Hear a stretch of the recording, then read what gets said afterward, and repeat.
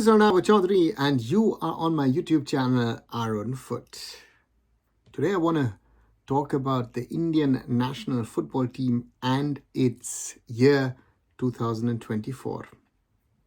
And I can't call it anything else but call it a bad year for the Indian national football team. The Blue Tigers played 11 matches, no wins, 5 draws, 6 losses. And with that piece of stats, it's going to be one of the worst years in the history of the Indian national team since India's independence. And to some, it came as a surprise. To some, like myself, it didn't, because we created a lot of hype in 2023 around the Indian national team. And we thought, listen, something is happening. And I put my finger up at the time and said, guys, just be careful. Don't get carried away, because the quality of opponents, we're playing a lot of games at home. We aren't as good as some of us think or some of us hope that the Indian national team was or is. It started in January with the AFC Asian Cup. A tough group from the outset. Australia, Uzbekistan, Syria. 3 formidable sides. 2-0 for Australia in a game I would have said, a good first half, but there wasn't much really to take away. Uzbekistan outplayed us. We were lucky only to lose 3-0. And Syria beating us 1-0. They deserved the victory against us. And if we thought that's a bad start, things will hopefully get better with everything to play for in the FIFA World Cup qualifiers, because in November, we won away to Kuwait, but lost to Qatar. We had 2 matches against Afghanistan in March. We drew goalless in Saudi Arabia and ABA because Afghanistan wasn't allowed to play at home.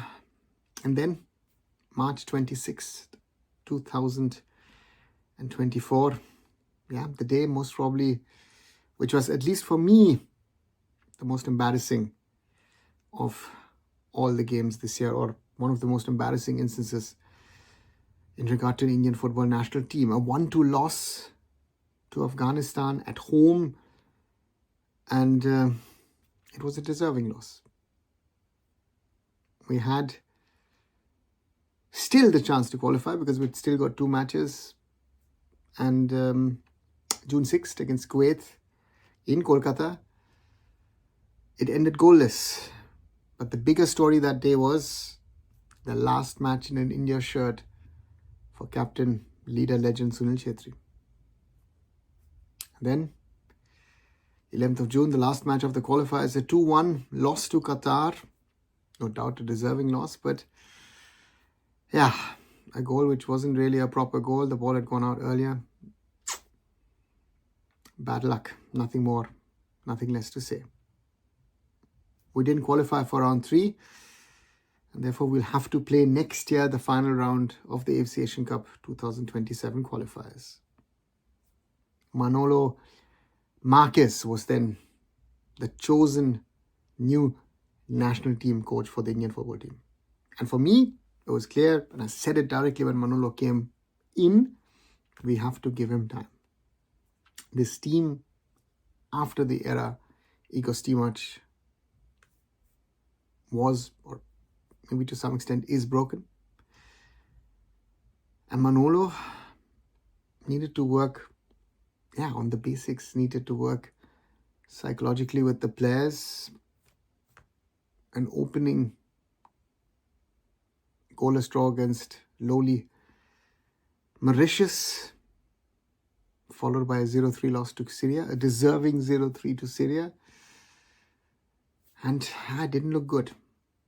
It's supposed to play Vietnam and Lebanon in October.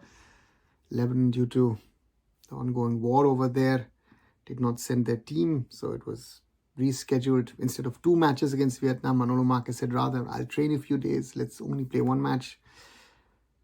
A 1-1 against Vietnam. In November, a match against Malaysia, which also ended in a 1-1. It seemed to be a little better here and there, but it's not given me really the feeling where I'd say, you know what, I hope,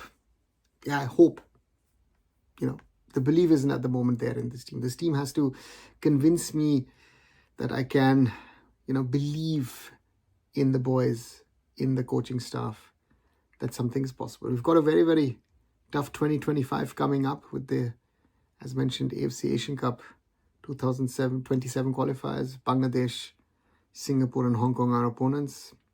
But 2024, let's forget it as a year to speak about the Indian men's national team.